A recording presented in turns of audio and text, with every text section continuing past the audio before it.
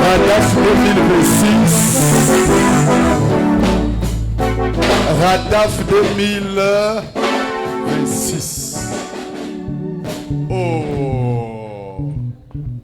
Eza lokola toza ya kolemba. Ikusa tushachoka. Eza lokola tolemi na biso ndete. Ikusa jo mwanzo tuyachoka. Onction na onction. Eza lokola tolembi na biso te. Ikusa tuchoke. Atuchoke lwetu. Atuchoke lwetu. Alléluia. Amen. Onction à onction. Est-ce que tu peux. Aïe, aïe, aïe, aïe. Quelqu'un va dire avec moi, je poursuivrai. Je poursuivrai. Je ne t'ai pas entendu. Merci beaucoup, maman, merci. Je poursuivrai. Je poursuivrai. Et j'atteindrai. Et j'atteindrai. Bien. Je ne vous ai pas bien entendu. Alléluia. Amen. David. David. Il est ça, tout comme 1 Samuel chapitre 30. Nous sommes en 1 Samuel 30. Bible la sema, La Bible dit, après qu'ils aient pleuré, après qu'ils aient pleuré, Bishabo kuria, après qu'ils aient pleuré, Bishabo kuria, et qu'ils manquèrent de force pour pleurer. na kushinda na nguvu yenyewe kuria nayo. Alors le peuple voulait lapider David. Taifa ilitafuta kumutupia David maibwe, Bon, kumutupia c'est bien. Hein? kumupika maibwe. Kumutupia c'est bien. Mais kumupika c'est différent. Alors, David arrêta de pleurer. David anashimamisha kulia Et il dit ceci. na anasema hivi, Il faut qu'il invoque l'Éternel. inastahili Il aalike appelle le wamilele. sacrificateur. Anaita bakowani, On lui apporte les fautes. banamuletea Il mambo ya, consulte l'Éternel. anaenda kusumulia na wamilele, Et il pose la question à Dieu. anamuuliza Mungu, Éternel, wamilele, poursuivrai-je? mtafuata, Atteindrai-je? mtababamba? Et l'Éternel répondit, Wamilele anajibia, poursuis fuata et tu atteindras. utababamba. Poursuis qui veut dire Fuata ni kusema radaf. radaf, C'est-à-dire que toi, nikisema weye, pendant que tu es en train de prier, wakati kuna en réalité tu es en train de poursuivre. ukweli kuna Il y a fuata, quelqu'un qui est en train de poursuivre sa destinée. wewe anafuata hadi Je suis en train de voir quelqu'un poursuivre ses enfants, naona mtu anafuata kwa poursuivre la richesse de sa maison, utajiri kwa nyumba yake, poursuivre sa santé. anafuata afya. Et le soir d'aujourd'hui, Magharibi ya leo non seulement tu as atteint, haina mpaka mais unaikata, tu vas ramener vivant. Tu vas ramener vivant. utarudisha mjumbe. David a atteint les Amalécites. Il les a battus. Anabapika, Il a arraché ananyang'anya ses enfants, watoto yake, ses femmes. bibi yake, Et il a arraché ses richesses. yeye mtabiri Et bwake, même les autres richesses. mtabiri bule Et je déclare à quelqu'un, nataka kwa pendant que tu me donnes un bon amen, là où ils avaient caché ta bénédiction, tu es en train d'arriver là-bas. Là où ils avaient caché tes enfants, tu es en train d'arriver là-bas. Là où ils avaient bloqué ta bénédiction, tu es en train d'arriver là-bas. Là où ils avaient déclaré que toi tu ne feras rien, je te vois là-bas. Je te vois là-bas. Je te vois là-bas. Pendant que tu pries, je te vois là-bas. Pendant que tu donnes amen, je te vois là-bas. Pas seulement que je te vois, je vois tes ennemis. Ils sont par terre. Je vois tes ennemis. Ils sont KO. Ils ne sont pas seulement KO, mais je te vois en train de sélectionner ce qu'on t'avait volé, ce qu'on avait arraché, ce qu'ils avaient pris. Je te vois prendre et je te vois retourner avec les chants dans les classes. L'Éternel dit ceci: moi l'Éternel est Dieu, je visiterai Jérusalem. Et Jérusalem sera dans l'allégresse, sera dans la joie, comme un homme qui monte dans la montagne de l'Éternel avec la harpe de joie. Je dis à quelqu'un, ce soir, tu ne sortiras pas de ce lieu vide. Tu vas sortir avec la joie. Je prophétise, si tu le reçois amènera amen. Reçois. Aïe, aïe, aïe, aïe, aïe. Oh. Maintenant, pendant ça, la prédication à la fille à quoi? J'aime quand la prédication veut commencer. Parce que mina yoga sipe Joe Fachipe ko bujim. Je sais, c'est là qu'il y a la vie. Joe Fachipe ko bu. C'est là qu'incarne la vie. Mimi shila mobili. Je suis pas prédicateur. Mais mina spendara ma hobby. J'aime la prédication. Avant tout ce qui est mobile, papa peut pas remettre Esaïe 30. Avant d'écouter, prenez Esaïe 30. Esaïe, comment tu vois lecteur ou bien ou calibre. S'il y a un vrai lecteur. Esaïe 31. Esaïe 30, le verset 1. Aïe, aïe, aïe, aïe, aïe, aïe, aïe, aïe, aïe, aïe, aïe, aïe, aïe. Oh, aïe, aïe, aïe, aïe, aïe, aïe, aïe, lecteur, lecteur. Aïe, aïe, aïe, aïe, comment il m'y, comme ça, il pata zaman. Esaïe 31. Asemani, Aseni. Malheur, dit l'Éternel aux enfants rebelles, qui prennent des résolutions sans moi. Au comme mon 31. Oui. Beba 31, 1. Beba 31, 1. 31, 1. Si nous ne pas qu'il faut attendre.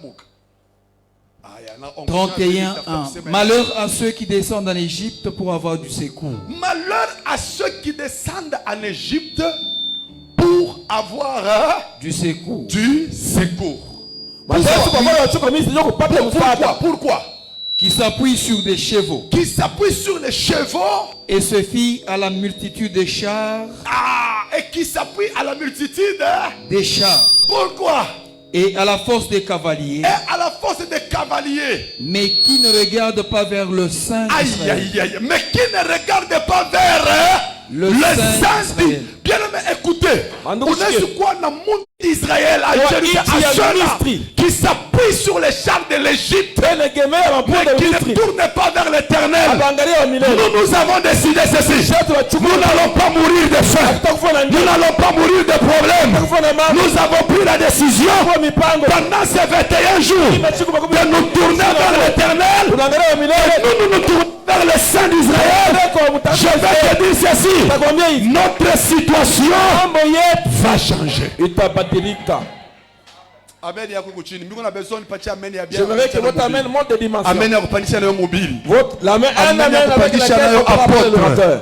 Mais aïe aïe aïe aïe, on arrête là l'amen. On est pas tiens amen. Donne-moi un amen fort. N'appelle ni quoi amen kule kumuisha. Je vais écouter un amen. N'appelle ni quoi amen ya bikelekele. Ni quoi amen ya mikono. Ni quoi amen ya kwenda mbali. Ni quoi amen ya victoire. Amen de victoire. Ni quoi amen ya mzuri. Amen bon. Balo kuna ipika. Mungu kola kona. Balo kuna ipika. Baraka ya Mungu kuna kumwangiki. Voilà. Voilà, je crois que ça va. C'est comme ça qu'on fait monter l'orateur. Il ne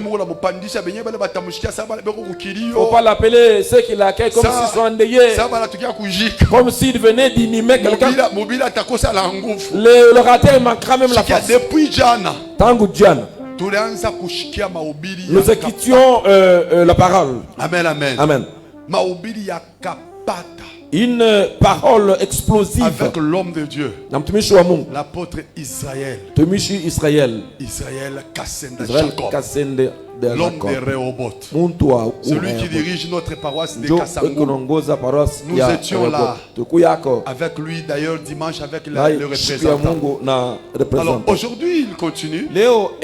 Pendant qu'il est en train de s'avancer, on m'avait dit son interprète c'est John. C'est John l'interprète. Ok, il va avancer. Nous acclamons le Seigneur.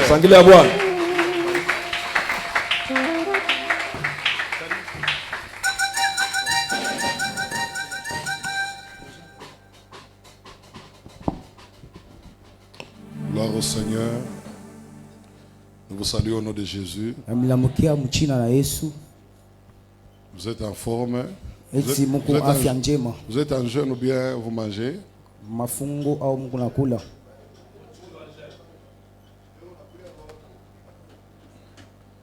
Alors aujourd'hui nous continuons.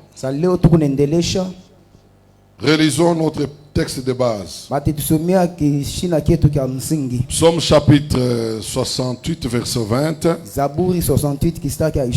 Je pense que celui qui va lire la lecture d'aujourd'hui peut prendre Daniel chapitre 6,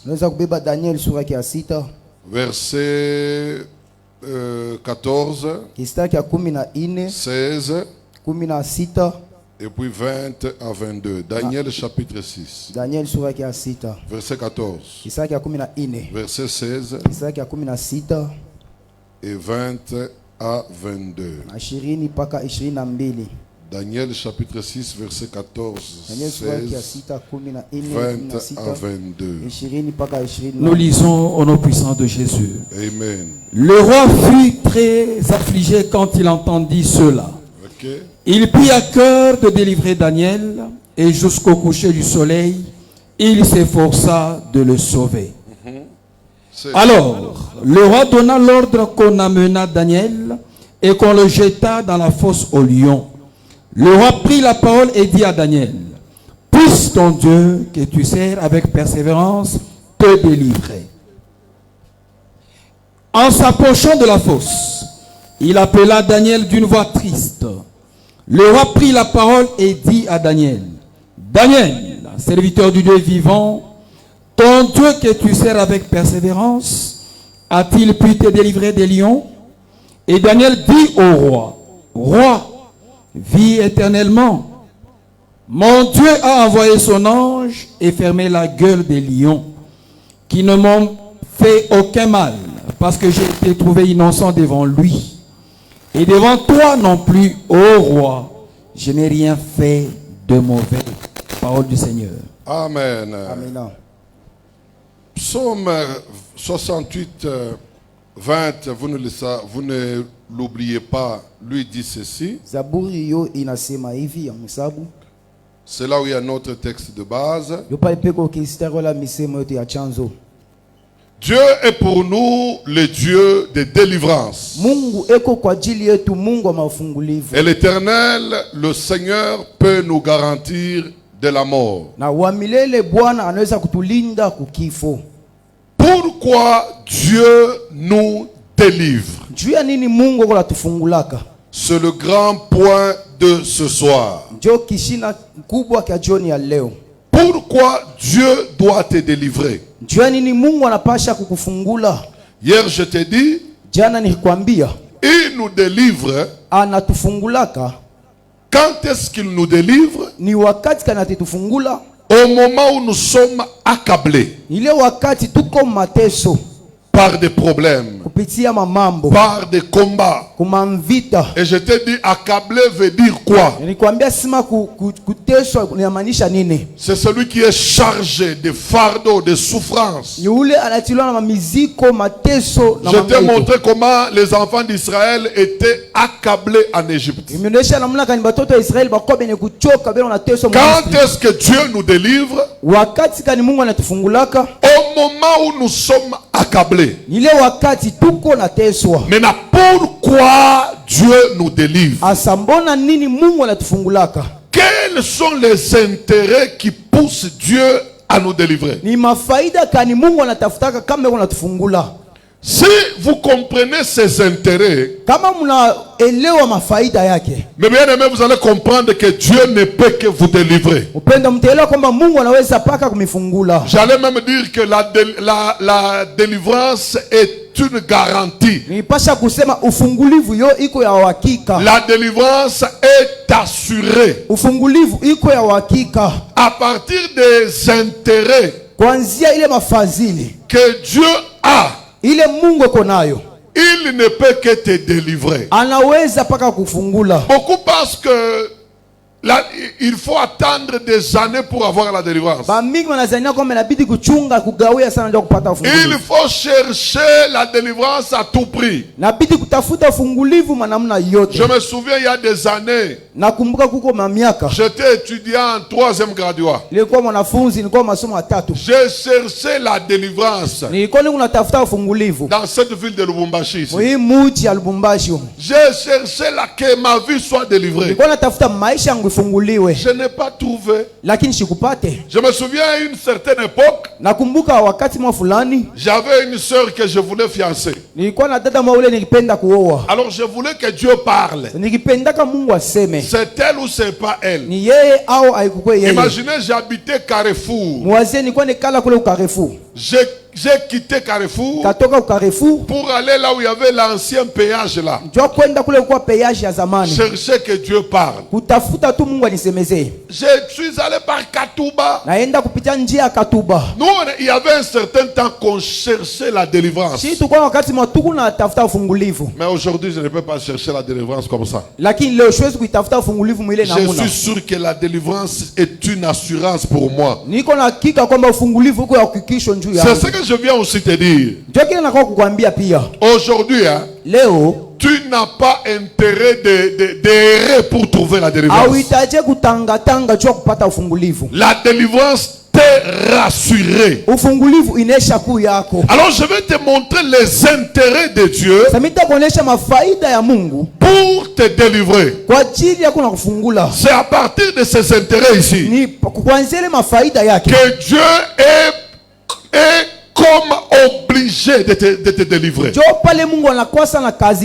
On vient de nous lire la lecture de Daniel. La Bible dit, on a pris Daniel. On devait le jeter dans la fosse au lion. La Bible dit, d'abord le roi voulait le délivrer. Il avait à cœur de délivrer Daniel. Parce que Daniel a été piégé par ceux-là qui ne voulaient pas qu'il règne sur eux. Mais le roi l'aimait beaucoup. Ils ont poussé le roi à voter un décret. Dans ce décret, la personne devait adresser des prières à un autre Dieu qu'à l'égard du roi. Sachant que Daniel ne pouvait pas accepter cela. Daniel ne devait qu'adorer son Dieu, prier son Dieu. Et cette loi a frappé Daniel. On devait le jeter dans la fosse au lion. Comme le roi aimait beaucoup Daniel, il a voulu délivrer Daniel, mais il n'a pas pu le délivrer. Bien aimé, la délivrance ici, il n'y a que Dieu qui peut le faire. Un homme ne peut pas te délivrer. Ta mère, ton mari ne peut pas te délivrer. C'est ce que le pasteur a dit ici. Ton grand frère député honorable ne peut pas te délivrer. Personne n'a le pouvoir de te délivrer. Il y a des femmes qui ont mangé leurs enfants. Elles se sont dit, préparons nos enfants. Toi commence. Aujourd'hui on va manger ton enfant. Après demain c'est mon enfant qu'on va manger. Mais l'une d'elles n'a pas voulu donner son enfant. Elles sont allées voir le roi en train de pleurer, expliquant au roi leurs problèmes. Le roi a déchiré ses vêtements. Écoute ce qu'il a dit. Si l'Éternel ne vous sauve pas, ne vous délivre pas, avec quoi vous délivrerez? Bien aimé, celui qui délivre, ce n'est que l'Éternel Dieu des armées. C'est pourquoi le verset qu'on nous a lu, le cheval est équipé au jour de la bataille, mais ni sa vigueur ne donne pas la délivrance. La délivrance n'appartient qu'à l'Éternel. Frères et sœurs, c'est lui qui peut te délivrer. Ce n'est que l'Éternel Dieu des armées. Moi j'ai vu un major. On m'a amené un major. Un major c'est quand même un grade élevé. On m'a amené un major. Il a fait 3 ans, il ne portait pas les bottines. Même nos chaussures ici. 3 ans. Major qu'il est. Il avait les moyens. On me l'a amené. J'avais prié pour lui chez moi à la maison. Comment j'ai prié? L'esprit m'a dit ouais ses pieds. J'ai oué ses pieds. J'ai prié. J'ai tellement oué comme si je mettais la lotion. Et puis j'ai pris le papier hygiénique, j'ai essuyé les pieds. J'ai jeté ce papier hygiénique. Je lui ai dit c'est fini, vous pouvez partir. Il ne portait que les babouches. Il était major, armé, avec la sécurité. Il dirigeait quelques militaires. Mais cela ne pouvait pas le délivrer. Bien aimé, qu'est-ce que j'ai entendu? Il est allé dormir. Le lendemain, il se réveille. Il met les pieds par terre. Il sent un changement. Immédiatement, il a mis les pieds dans les bottines. Il a porté les bottines.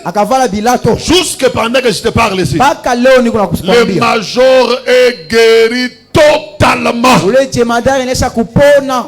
n'est pas sa formation militaire qui l'a délivré. C'est l'Éternel Dieu des armées. Mais il n'est jamais venu me voir. C'est comme ça que les hommes sont. Bien aimé, la délivrance, il n'y a que Dieu qui peut te la donner. Le roi voulait délivrer Daniel. C'est pour te dire, les mamans qui s'absentent à l'église, parce que ton mari est quelque part, il est élevé, il est assis, il a les moyens. Bien aimé, maman, les moyens ne peuvent pas vous délivrer. La Bible dit, le roi donna l'ordre qu'on jette Daniel dans la fosse au lion. Qu'est-ce qu'il a dit au roi? Il dit à Daniel, au verset 22.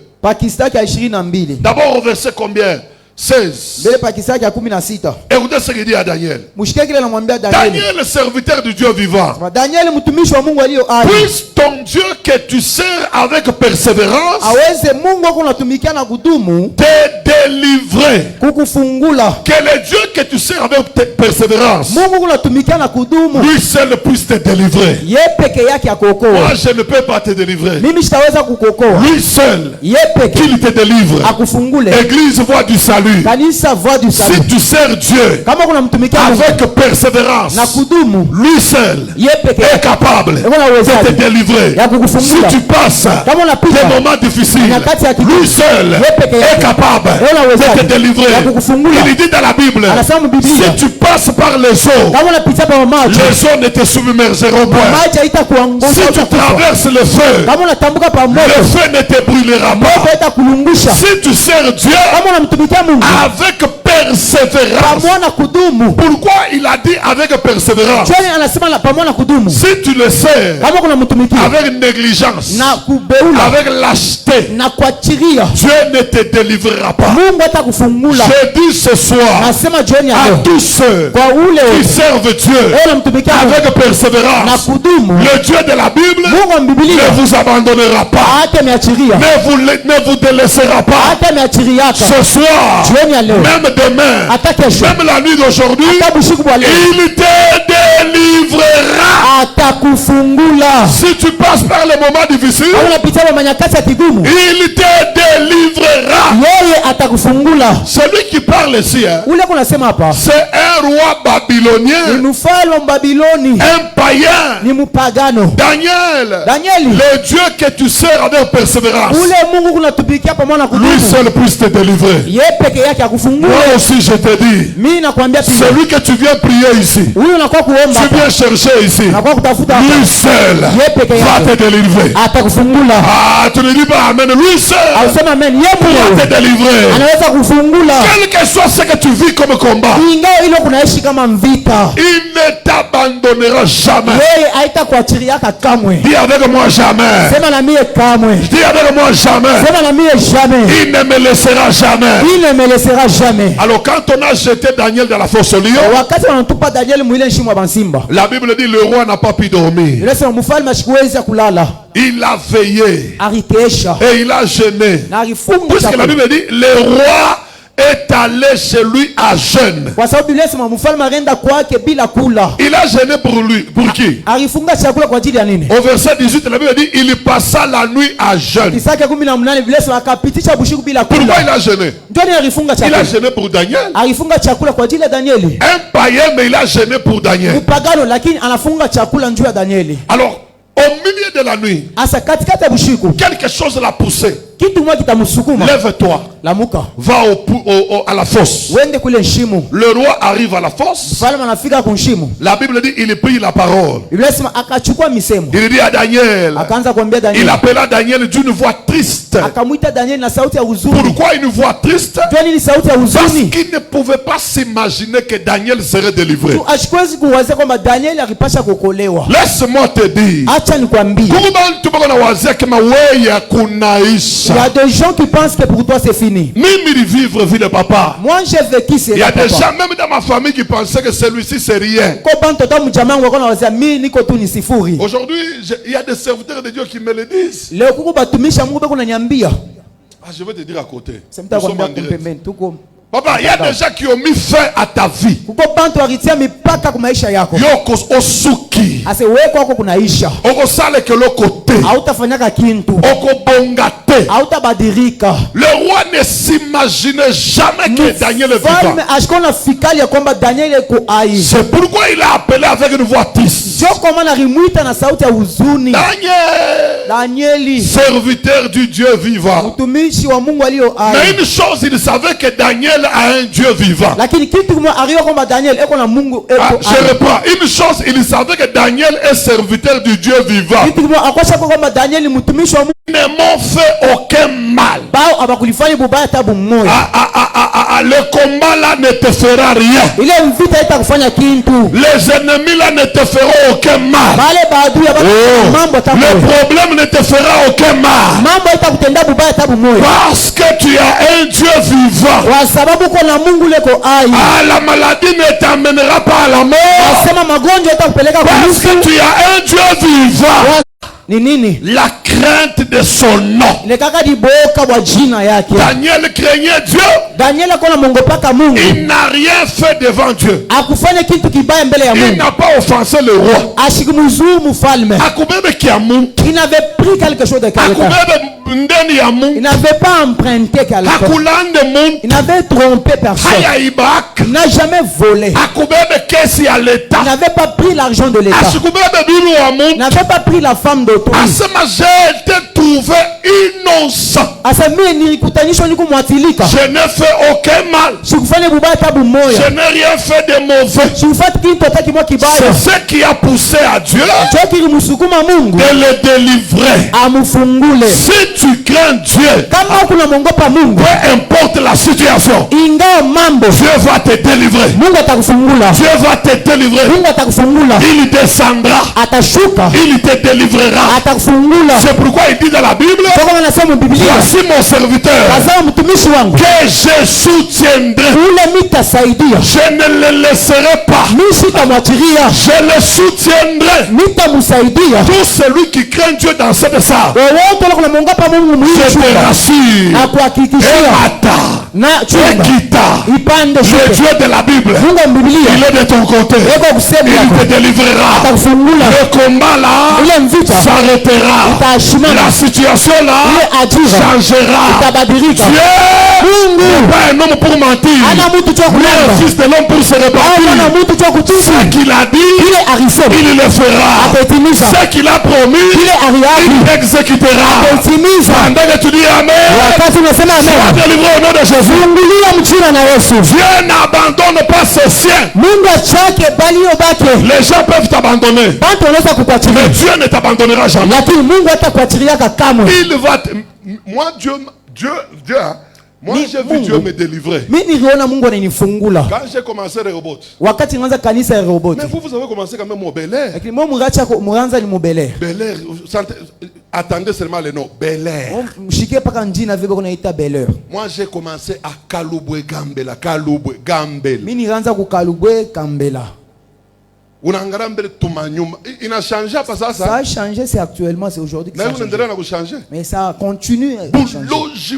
Il y avait une sorcellerie. Il y avait des combats.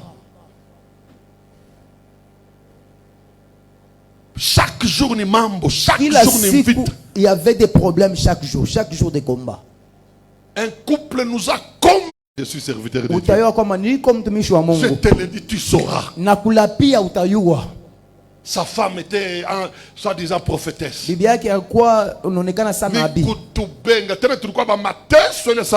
cette époque-là, nous étions des gens de souffrance.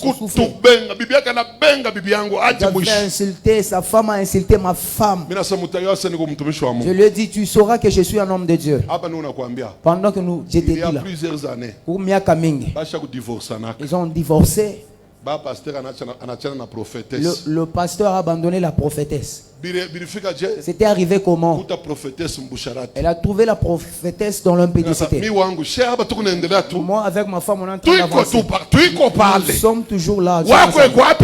Ta femme elle est où? Nous sommes là, on avance. Les gens que tu avais insultés, nous sommes là en vie, on avance. Bonjour pasteur. S'il me voit et s'incline et me salue en s'inclinant. Dieu, si tu le crains,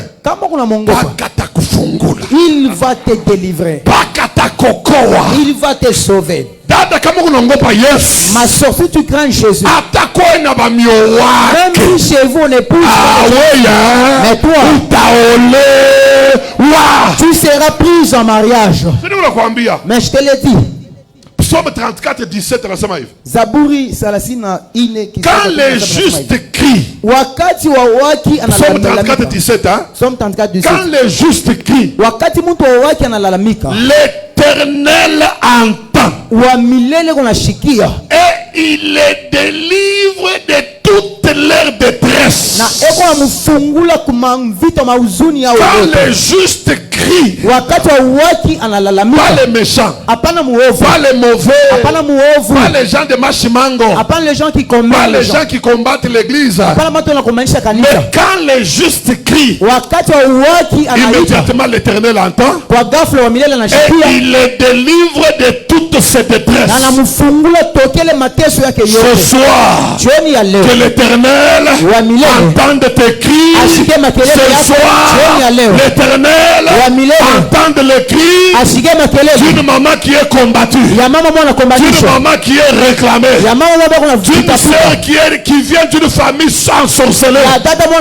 Ce soir, l'Éternel entend tes cris et qu'il te délivre de toutes ces détresses.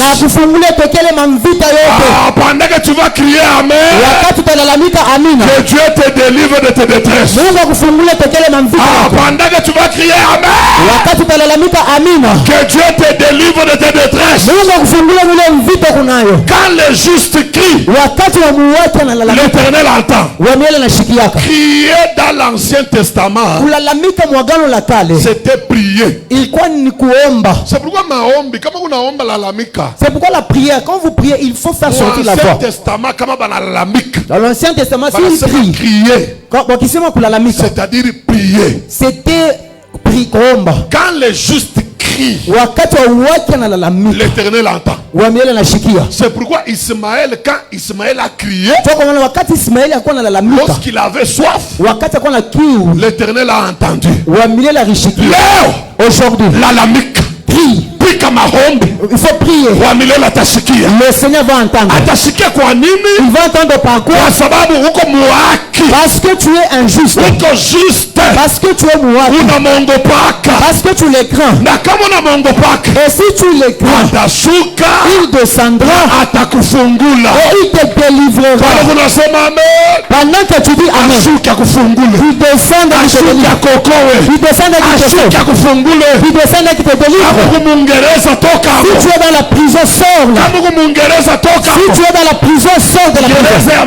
De la prison de la maladie, libère. De la prison de la sécheresse, de libère. La prison de l'emploi, de libère. De toute prison de non-avancement, libère.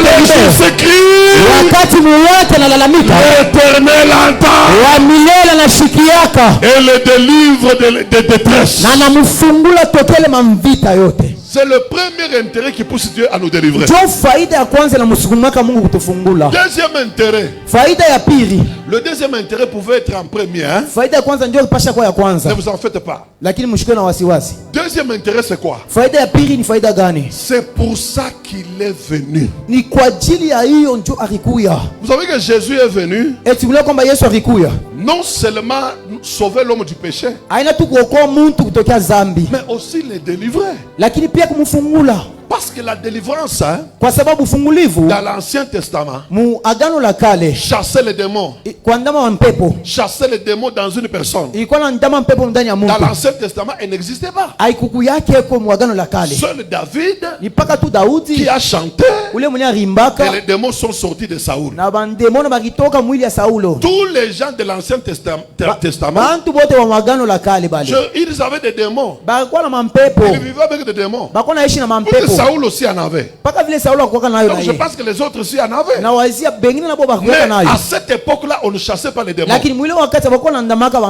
Qui a amené le ministère de chasser les démons ou de délivrance? C'est Jésus de Nazareth. Donc c'est pourquoi il est venu.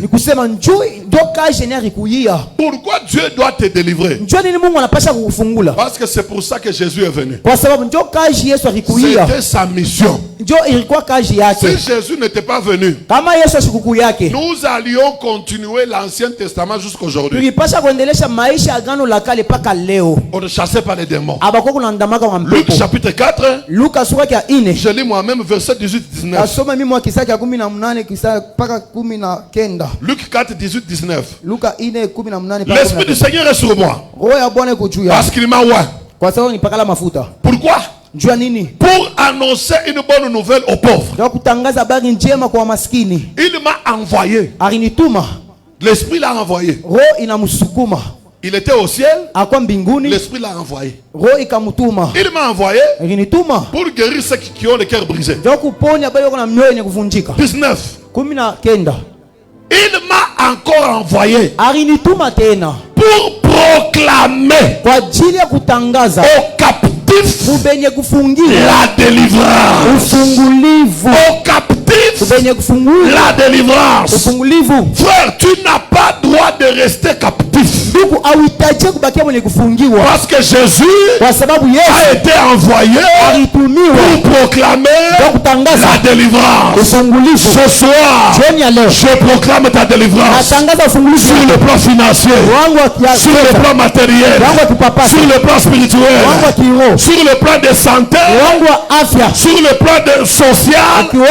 Je proclame ta délivrance. Reçois ta délivrance. Parce que le deuxième intérêt pour lequel Dieu nous délivre, Jésus est venu pour ça. C'est pourquoi vous allez voir que Jésus délivrait les gens. En tout cas, où le papa En tout cas, ce papa-là a été dangereux dans ces domaines. Lui ne pouvait pas laisser un démon tourmenter la vie de personne. Un jour sur la route de Gadara, une route était fermée par deux fous furieux. La Bible dit ces fous-là, ils se meurtrissaient, ils se blessaient avec des pierres. Personne n'osait passer par là. Même l'armée ne passait pas par là. Comme c'est pour ça que Jésus est venu. Il est venu passer par là. J'ai pris aujourd'hui que Jésus passe dans ta vie. Fini que Jésus ne passe dans ta vie. 2026. J'ai pris que ça puisse terminer sans que Jésus n'ait passé dans ta maison. Sans que Jésus n'ait passé dans ta famille. Sans qu'il n'ait passé dans ta vie. Pendant que tu dis Amen, un miracle se fasse dans ta vie. Pendant que tu réponds que Jésus passe dans ta vie. C'est ça même la signification de Radaf. Il te faut qu'avant la fin de Radaf, qu'une maman voit du salut vive la main de Dieu. Parce que j'ai dit, c'est ça la bénédiction que je te garde. Comme je parle, c'est ça le miracle que j'ai introduit dans ta vie. Je suis le prédicateur du dernier semaine de Radaf. Le Dieu qui m'a appelé moi, il passe dans ta vie. Il entre dans ton problème. Il entre dans ton problème. Écoutez, celui qui a vu le combat, il peut bien t'expliquer que Dieu est le Dieu de délivrance. Moi qui te parle, je te le dis la vérité. Dieu c'est un Dieu de délivrance. Il a l'habitude de délivrer les gens. Peut-être pasteur ou c'est ça. Votre pasteur n'a pas beaucoup souffert. Maman Betty n'ont pas tellement souffert. La souffrance est en train même de nous. Je vous le dis. Le frère innocent n'a pas souffert. Moi je l'ai vu là. Lui n'a pas souffert comme nous. Nous on a fait 8 ans. La vie ne tenait pas. On a fait 8 ans, la vie ne tenait pas. J'habitais dans une maison où l'eau, où ça sointait. De telles pluies. Finalement, je pouvais dire finalement, ma maison avait des trous. C'est ça la maison où j'habitais. Et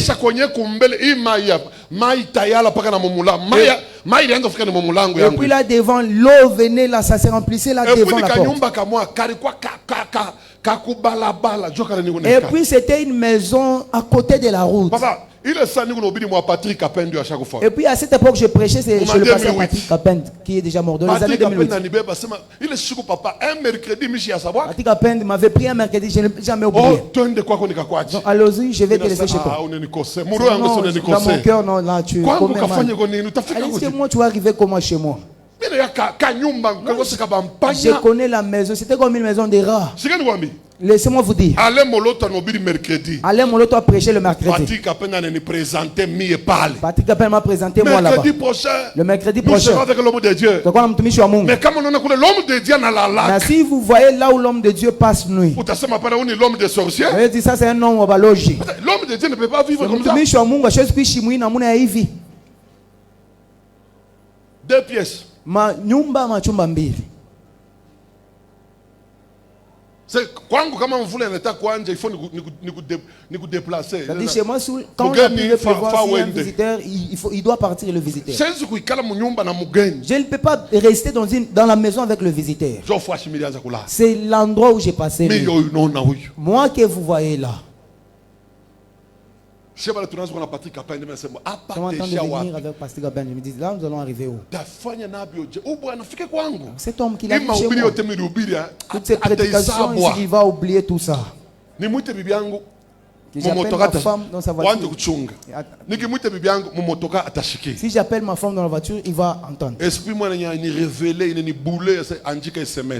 m'a révélé que je puisse faire un SMS. Ma chérie, sois souple. Prévoyant. Je viens avec Patrick Capend. Fais l'effort d'enlever le seau. Tu as déjà mis sur la porte et au salon. N'oublie pas le gobelet que tu places sur la télévision. Ma femme était aussi j'ai compris. Comment je vais faire? Je suis arrivé à un endroit, je me suis dit non. Homme de Dieu, laissez-moi ici. Tu es déjà arrivé, laisse-moi ici. Mon cœur, je me suis dit, laisse-moi, dépose-moi ici. C'est comme ça que je vivais. Mais aujourd'hui, je ne vis pas comme ça. Le Dieu de délivrance. Dieu a l'habitude de délivrer. Cette semaine dernière, j'ai vécu un papa. On a ensorcelé. De cette dernière semaine, Jésus te délivre. Pourquoi? C'est pour ça qu'il est venu. Il est venu pour ça. Proclamer aux captifs la délivrance. Mais on a déclaré tout celui qui est captif dans cette salle. Pour qu'il y ait délivrance, reçois ta délivrance. Reçois ta délivrance. Yando yako, yakazi yako, yaboyamandoto yako, yabatoto yako, yabwana yako, ya mume wako, ya nyumba yako. Reçois.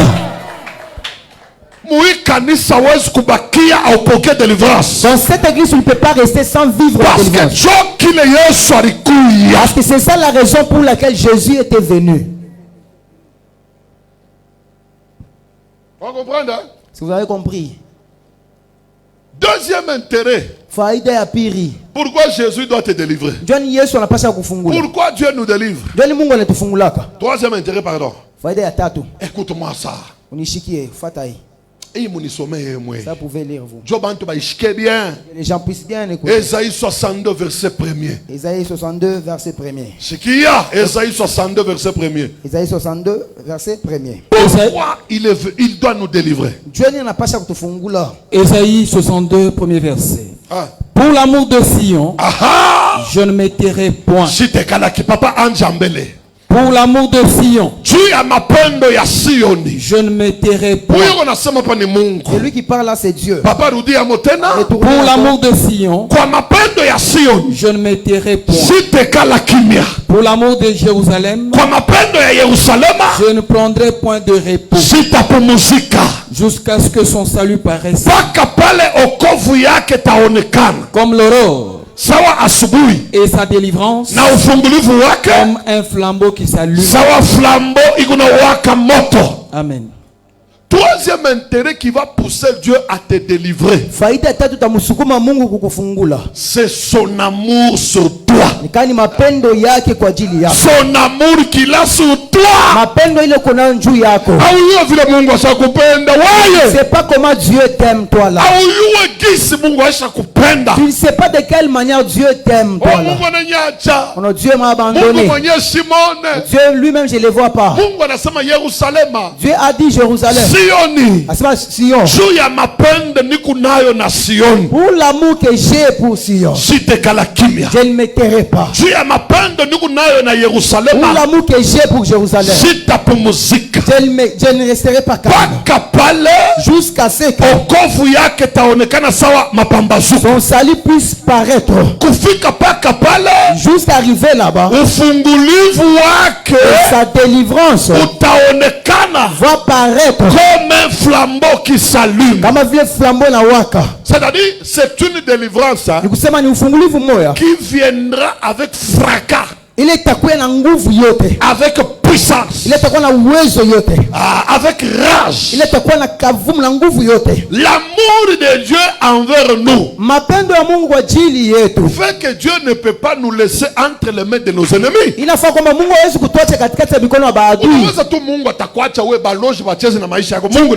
Tu penses que Dieu peut t'abandonner, que le sorcier se joue de ta vie, que Dieu t'abandonne, que Dieu te laisse la maternité bloquée. On a placé ça dans un gobelet. Au moins que toi tu l'abandonnes.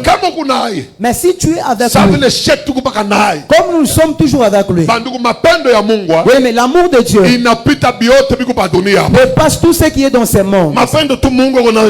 L'amour que Dieu a pour toi. Parce que vous savez qu'il n'y a personne sur cette terre qui t'aime comme Dieu. Même ton mari ne t'aime pas comme Dieu. Combien de femmes ont divorcé? Combien de maris ont abandonné leur femme?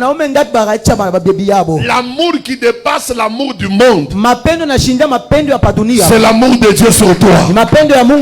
Alors Dieu dit ceci: pour l'amour de Sion, Sion c'est toi.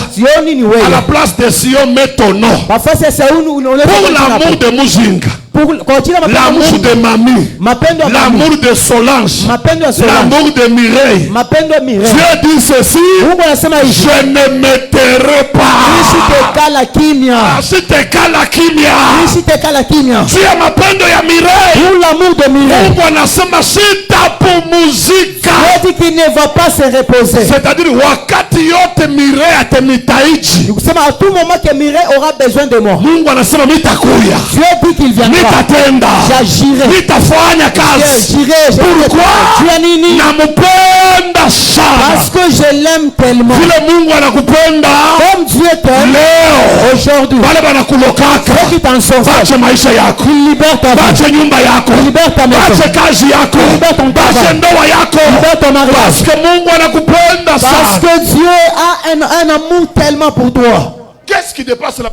Ni kinini kinashinda mapendo ya Mungu?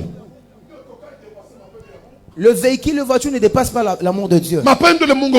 L'amour que Dieu a pour toi, c'est un amour inexprimable. C'est vraiment un amour inexprimable. À cause de son amour, Dieu va te délivrer. Alléluia. Amen.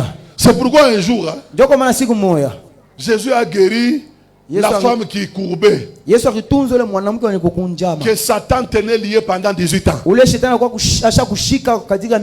pharisiens ont commencé à parler. faut venir là guérir les gens en dehors du sabbat. Ça touchait Jésus. Hein? Jésus a dit, lequel de vous, le jour du sabbat, n'amène pas sa brebis à manger l'herbe?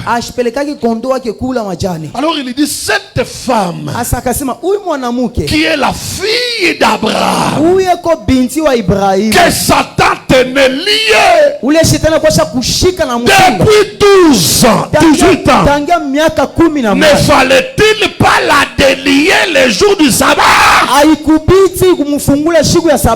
Ah, bien-aimé, à cause de l'amour que Jésus avait pour cette femme, Jésus a mis le sabbat de côté, il a guéri la femme. Il y avait quelqu'un qui avait des démons, qui avait la légion des démons. Il était devant Jésus. Les démons ont dit à Jésus, ne nous renvoie pas en dehors de la ville, renvoie-nous dans les pourceaux. À cause de l'amour de cette âme, les pourceaux appartenaient à autrui. C'était une ferme d'autrui. Mais regarde, à cause de l'amour que Jésus avait dans cet homme, il dit, légion des démons, allez dans les pourceaux. Vaut mieux perdre les pourceaux que perdre une âme à cause de l'amour. J'aimerais que tu mettes dans ta tête que à cause de son amour, il va libérer ma vie. Ma vie va changer. C'est ce qui amène Yako. Je n'ai pas entendu ton amen. Il y a d'autres choses que Dieu fait juste à cause de son amour. Ce n'est même pas le nombre de jours de prière. Non, j'ai fait Radaf du début à la fin. Il y a une autre personne qui peut entrer seulement hier. Dieu agit dans sa vie. C'est à cause juste de son amour. Raison pour laquelle j'ai haï Esaü, j'ai aimé Jacob. Mais où est Jacob? Et c'est Jacob là, quelqu'un qui mentait tellement, un menteur. Mais toi Dieu t'aime. Dites-moi un seul péché d'Esaü dans la Bible. Esaü avait quel péché? Mais Jacob mentait. Mais Jacob quoi ni muntu wa uongo. Mais j'ai haï Esaü, j'ai préféré Jacob. J'ai aimé Jacob. Dieu va agir. Et l'assurance qu'aujourd'hui c'est que tu demanderas, Dieu va te délivrer. L'amour de Dieu est tellement grand. Parce que la Bible dit Dieu est amour. Il ne peut pas se désengager de son amour. Psaume 191 dit ceci. Verset 14 écrit. 191 verset 14. Puisqu'il m'aime. C'est Dieu qui parle. Hein? Puisqu'il m'aime, je le délivrerai. Je le protégerai. Puisqu'il connaît mon nom. Savilo namupenda Mungu. Comme tu aimes Dieu, Mungu anasema atakufungula. Il va te délivrer. Atakuprotéger. Il va te protéger. Il va t'aider. Puisque tu l'aimes. Vile unamupenda. Bien-aimé. C'est pourquoi il y a un commandement qui dit, tu aimeras le Seigneur ton Dieu de tout ton cœur. Si tu aimes Dieu, Dieu ne peut pas t'aimer. Puisque tu l'aimes, il va te délivrer. Il va te délivrer. Quatrième intérêt, qu'on commence la prière. Pourquoi Dieu nous délivre? Il nous délivre, hein, parce que tu ne peux pas le servir sans être délivré. Tu ne peux pas servir Dieu lié, possédé. Ah, Dieu n'a pas besoin de telles personnes pour les dans servir. le royaume de Dieu, il faut être libre pour servir Dieu. Il faut être délivré. Quand vous lisez Jean chapitre 12 verset 5. Jean chapitre 12 verset 15. Jean 12 La Bible dit, ne crains point, fille de Sion. Voici ton roi vient, assis sur le petit d'une ânesse. Le roi, il avait besoin, Jésus, il avait besoin de monter sur le petit d'une ânesse. Il entrait en Jérusalem assis sur le petit d'une ânesse. Il avait besoin de ce petit d'une ânesse. Mais regardez, là où le petit de l'ânesse était. Matthieu 21, 2. Il a envoyé les disciples à Bethphagée en leur disant, allez au village qui est devant vous. Vous trouverez aussitôt une ânesse attachée et un âneau avec elle. Joyu petit de l'ânesse, Yesu alingiaka naye mu wapi mu Yerusalem. C'est ça le petit de l'ânesse que Jésus est entré avec en Jérusalem. Pour kaingie naye mu Yerusalem. Pour qu'il rentre avec en Jérusalem. Huyu mtoto wa mpunda alikuwa. Et cette ânesse était où? Matthieu anasema alikuwa attaché. Matthieu dit il était attaché. Mais Yesu en avait besoin. Mais Jésus en avait besoin. Mais kule banasha kumfunga. Là où de l'autre côté il était lié. Huko Yesu en avait besoin. Et de l'autre côté aussi Jésus en avait besoin. Il fallait qu'il entre avec en Jérusalem. Ni prophétie en zamani. C'était une ancienne prophétie. Mais ule mwana mpunda banasha kumfunga. Mais cette ânesse était liée. Si tu es lié, c'est difficile que Jésus fasse quelque chose avec toi. Il y a des gens qui sont liés en ce qui concerne le finance. Il y a ceux qui sont liés dans la santé. Il y a ceux qui sont liés dans le domaine de mariage. Jésus travaillera avec toi comment? Tu es maman diaconesse. Mais tu es dans un mariage où on te frappe chaque jour. J'ai dit maman, le jeudi, c'est toi qui dois conduire la prière.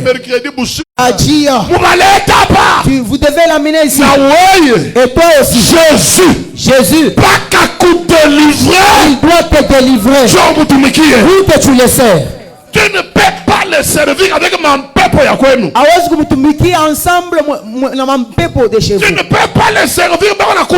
Tu ne peux pas servir Dieu en étant sorcelé. Tu ne peux pas le servir mari de nuit. Tu ne vois que des femmes de nuit. J'étais à Likasi en 2012.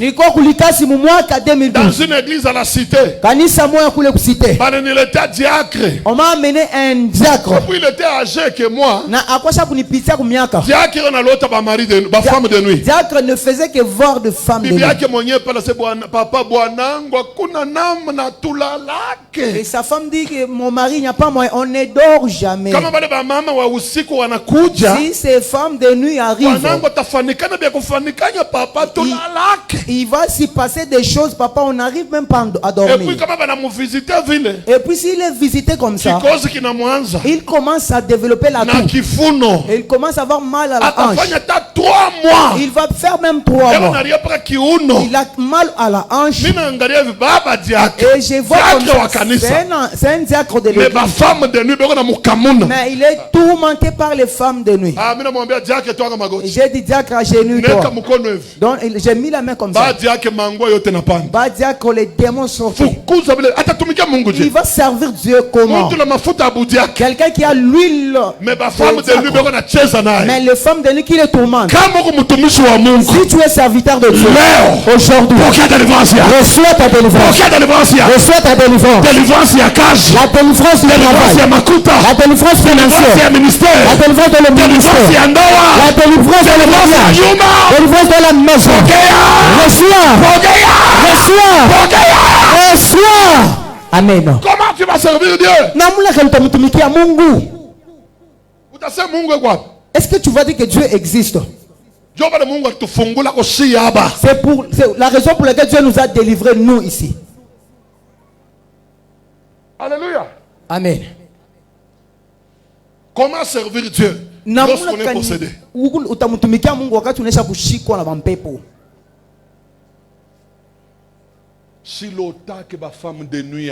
Moi, je ne vois jamais les femmes de nuit. Elles sont déjà parties loin. Jésus les avait chassées. Celui-ci doit me servir, quitter, libérer-les. Nous, on avait des souffrances à Jésus a épuisé de nous, il a dit à la souffrance, tu l'as vraiment attaché, repousse-toi. Et Jésus est en train de nous aider, la souffrance est en train de s'éloigner. Papa, je prêchais à un endroit, et cet enfant-là, au moment où je prêchais à l'église de il était protocole intercesseur, quelqu'un de souffrance. Serviteur, suivez-moi, prions que Dieu nous délivre. Moi j'étais déjà pasteur. J'ai prêché dans l'église de ça. La visionnaire était une femme. Papa, Baba, quelques années après, où le frère quoi de mon papa, le frère qui était venu en ma bouche, regardez la souffrance. Quelques années après, il m'appelle à son église du côté rail. Je suis allé du côté rail à son église. J'ai trouvé l'église, il y avait 2 instruments. C'est la femme de bâtonnier et protocole dans son église. C'est jeune qui était protocole aujourd'hui. Moi à ce moment-là, Rehoboth. Il y avait encore de bâches de la couleur jaune. On a même déjà introduit ça dans la terre. Il y avait une malédiction qui s'est dépassée. Et ces jeunes, j'avais prêché un jour. Il m'a donné le transport de $100. Et à cette époque-là, $100, il y avait le loyer, il y avait la farine, il y avait le lit, dans $100, il y avait tout. On a commencé, c'est comme si on a reçu. On n'avait jamais vu ça. Mais c'est quelqu'un hier qui était protocole à une église. Dieu a commencé à me dire, regarde, si tu ne vas pas chercher la délivrance, tu seras un pasteur de médiocrité comme ça. Comment servir Dieu? Tu n'es pas libre. Vous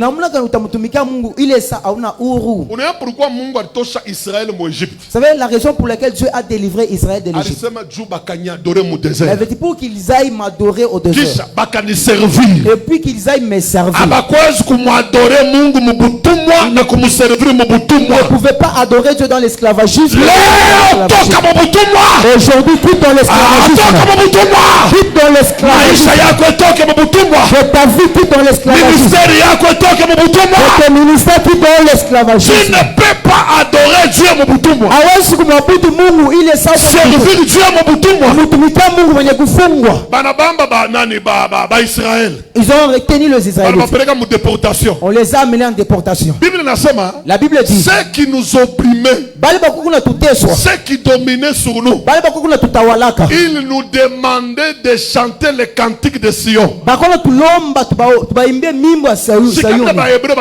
Écoutez comment les Hébreux ont dit. Comment chanterions-nous les cantiques de Sion sur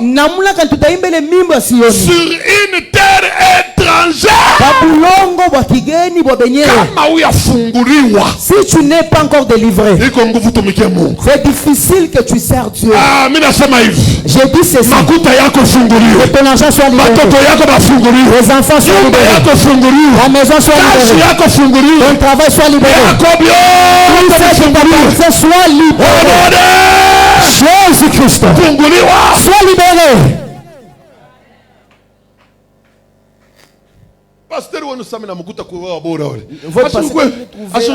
Il n'était pas comme ça. Il n'était pas comme ça. Au moins les anciens, il n'était pas comme ça. Il avait une vie de souffrance. De misère. Il avait des pantalons. Et puis des pantalons où il y avait c'était des pantalons ronds. Regardez les ailes. Mais ce que Dieu a fait avec lui jusqu'aujourd'hui. Moi quand je les regarde, je dis cet homme a un Dieu. A un Dieu. Moi je l'appelle un moment Muzalendo. Alléluia. Amen. Papa, Baba. Il y a des serviteurs qui meurent mais avec la grâce. La sorcellerie de chez eux est l'enterre. Vous de cette église, qui ne mourra pas avec la grâce. Jusqu'à ce que tu sois délivré. Pendant que tu dois tu sois délivré. Sois libéré. Que tes portes soient libérées. Que tes portes soient libérées. Que ça soit libéré.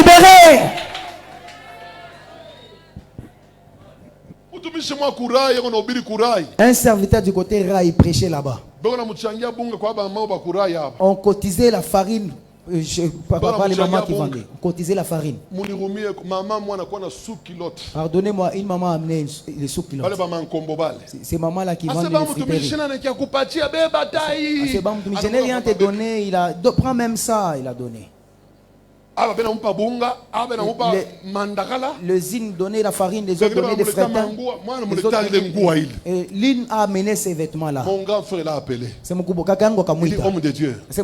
Tu ne vois pas qu'on est en train de t'ensorceler. Regarde, c'est ça l'évangile, ça. Regarde d'abord ta vie. Il a fait appeler à la maison. On a délivré l'homme de Dieu. Il criait en lui. Sa tante, son grand-père.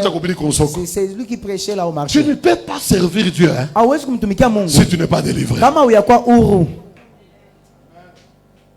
C'est pourquoi Léo, aujourd'hui, tout cherchons la délivrance. On est comprendre. Vous m'avez compris. Je voudrais que tu te révoltes.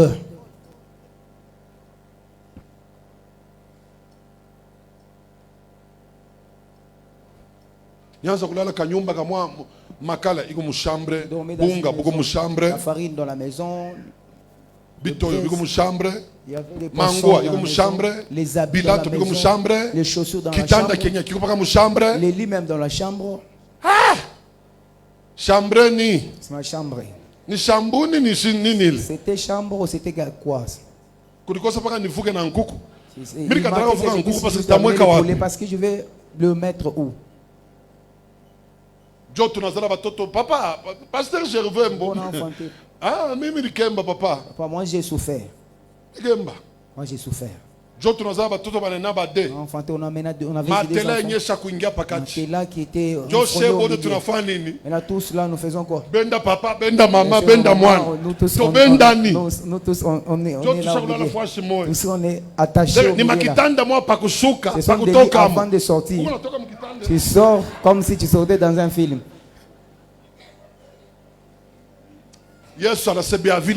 Jésus a dit de telles choses. De telles choses non. De telles choses non. Délivre-moi. Je sens que je dois arrêter par ici. Allons faire ces chants. Papa nisaidie kusufle kiloko kikozi kisha kunyanja. Ekolo Yesu musungi nanga papa kangolanga nabikae kangolanga ikolo ekolo Yesu musungi nanga papa kangolanga ikolo ekolo Yesu musungi nanga papa kangolanga nabikae Yesu musungi nanga papa kangolanga ikolo ekolo Yesu musungi nanga papa kangolanga nabikae kangolanga ikolo ekolo Yesu musungi nanga papa soki okangoli maite okoki bakosekanga kangolanga papa kangolanga nabikae ekolo Yesu musungi nanga papa kangolanga lola lola lola lola lola lola esema jalina lola papa Richard accompagne-moi